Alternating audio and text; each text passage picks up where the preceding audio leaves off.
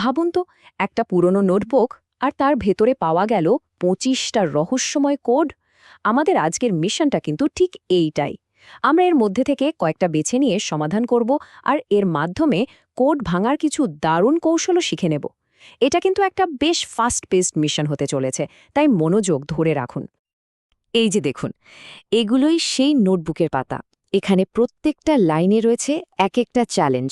কোনোটা দেখতে বেশ সোজা, আবার কোনোটা বেশ প্যাঁচানো। চলুন আমরা একসাথে মিলে এই রহস্যের জট খুলি। তাহলে আর দেরি কেন, চলুন ঝাঁপিয়ে পড়া যাক। আমরা কিন্তু এখানে একটা টিম, আর ঘড়ির কাঁটা কিন্তু টিকটিক করে চলছে। দেখা যাক এই চ্যালেঞ্জটা আমরা জিততে পারি কিনা। শুরুটা করা যাক বরং সহজ কিছু পাজল দিয়ে। এগুলো সাধারণত কোনো না কোনো প্যাটার্ন বা নিয়ম খুঁজে বের করার উপর নির্ভর করে। এতে করে কি হবে, আমাদের কনফিডেন্সটা একটু বাড়বে, আর পরের কঠিন ধাপগুলোর জন্য আমরা তৈরি হয়ে যাব। আচ্ছা, প্রথম চ্যালেঞ্জটা একটু দেখুন তো। এখানে কয়েকটা শব্দকে কিছু সংখ্যা দিয়ে দেখানো হয়েছে। যেমন ডিস্ক মানে হলো 8749। এখানে নিশ্চয়ই কোনো একটা গোপন প্যাটার্ন বা নিয়ম কাজ করছে, তাই না? আমাদের কাজ হলো সেই নিয়মটাই খুঁজে বের করা। এই ধরনের ধাঁধার পেছনের মূল কৌশলটাকে বলে ডাইরেক্ট সাবস্টিটিউশন বা সরাসরি প্রতিস্থাপন। মানে হলো খুব সোজা ব্যাপার। প্রত্যেকটা অক্ষরের জন্য একটা ফিক্সড সংখ্যা ঠিক করা আছে। যেমন যদি ডি মানে 8 হয়, তাহলে ওই পাজলের সব জায়গাতেই ডি এর মান 8 হবে। তাহলে আর কি, চলুন সমাধানগুলো দেখে ফেলি। আগের ক্লুগুলো থেকে আমরা তো জেনেই গেছি যে এইচ মানে 5, ই মানে 9, এ মানে 3 আর ডি মানে 8। তাহলে হেড দাঁড়াচ্ছে 5938। একইভাবে পরের কোডটার দিকে তাকালে 3 মানে এ, 8 মানে ডি আর 1 মানে এম বসালেই উত্তরটা চলে আসছে অ্যাডম।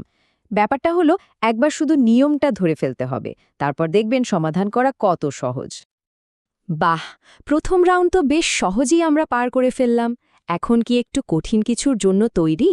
চলুন তাহলে দ্বিতীয় রাউন্ডে যাই, যেখানে শুধু প্যাটার্ন খুঁজলে হবে না, একটু অঙ্ক আর যুক্তিও কাজে লাগাতে হবে। এখন যে পাজলগুলো দেখছেন, এগুলো কিন্তু একটু অন্যরকম। এখানে অক্ষরের সাথে সংখ্যার সম্পর্কটা অতটা সরাসরি নয়। এর পেছনে একটা ম্যাথমেটিক্যাল লজিক বা গাণিতিক যুক্তি লুকিয়ে আছে। একটু মাথা খাটালেই কিন্তু যুক্তিটা ধরে ফেলা সম্ভব। তো আসল যুক্তিটা কি এখানে?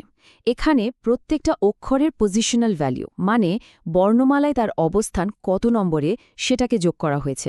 যেমন ধরুন BAD। ইংরেজি বর্ণমালায় বি হল 2 নম্বরে, এ হল 1 নম্বরে আর ডি হল 4 নম্বরে। এই তিনটা যোগ করলেই দেখুন 7 চলে আসছে। হাটের ক্ষেত্রেও কিন্তু একদম একই নিয়ম। আর ঠিক এই একই যুক্তি কাজে লাগেই আমরা বাকি উত্তরগুলো পেয়ে গেলাম। ক্যাটের জন্য C3, A1 আর T20 যোগ করলে হয় 24, আর ম্যাটের জন্য M13, A1 আর T20 যোগ করলে হয় 34। চমৎকার, তাই না?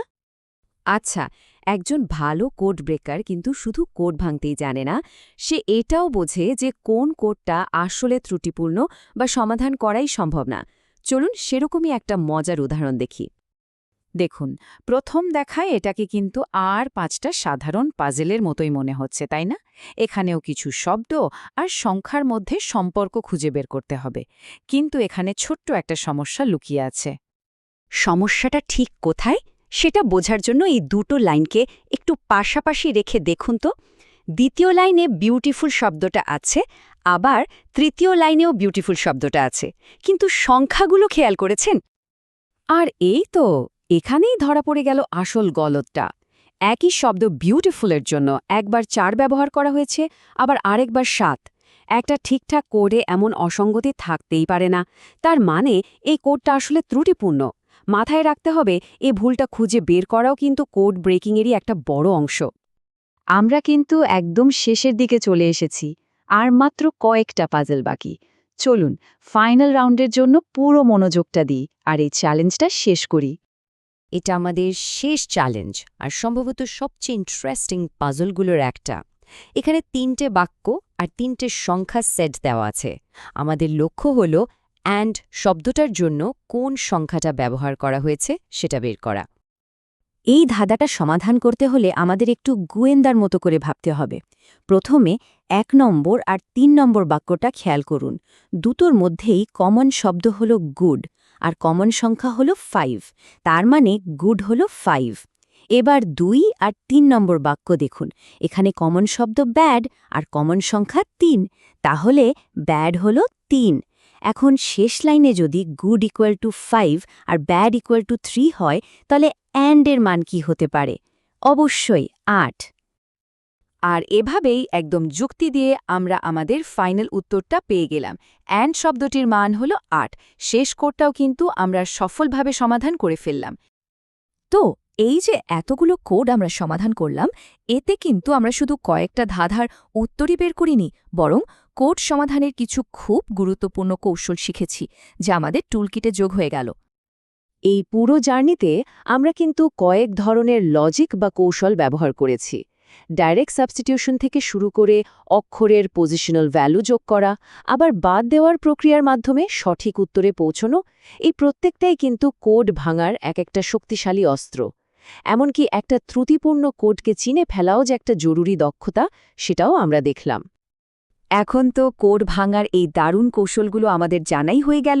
এবার তাহলে ভাবার পালা, এই জ্ঞানটা কাজে লাগিয়ে পরবর্তী কোন রহস্যময় কোডটা তৈরি করা যেতে পারে, এমন একটা কোড যা হয়তো অন্য কেউ সমাধান করার চ্যালেঞ্জ নেবে। ভাবনার বিষয়, তাই না?